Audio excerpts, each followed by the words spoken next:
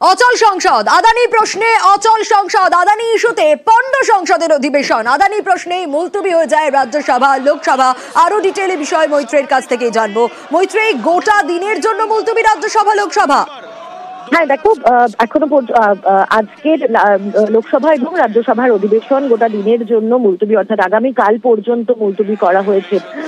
আমরা দেখেছিলাম সোমবার সংসদের অধিবেশন বসার পর থেকেই আদানি ইস্যুতে সোচ্চার ছিলেন বিরোধীরা, এবং সোমবারও মাত্র কয়েক ঘন্টা চলার পরই অধিবেশন একেবারে আজকে পর্যন্ত মুলতবি করে দেওয়া হয়।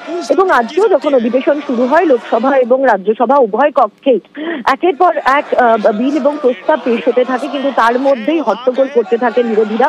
তাদের বক্তব্য ছিল খুব স্পষ্ট, আদানি ইস্যুতে তারা আলোচনা চেয়েছেন এবং আলোচনা করতে হবে সরকারকে, এই দাবি তুলে তারা সরব হতে থাকেন। এই পরিস্থিতিতে দাঁড়িয়ে লোকসভার স্পিকার এবং রাজ্যসভায় ভাইস প্রেসিডেন্ট তারা লোকসভা এবং রাজ্যসভা মুলতবি করার সিদ্ধান্ত নেন, এবং আগামীকাল পর্যন্ত মুলতবি করা হয়েছে দুটি কক্ষের অধিবেশনে। সোনিয়া, বেশ।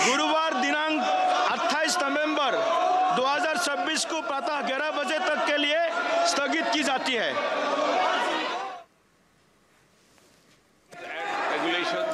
The point is he has to be arrested. Hundreds of people are being arrested on tiny charges.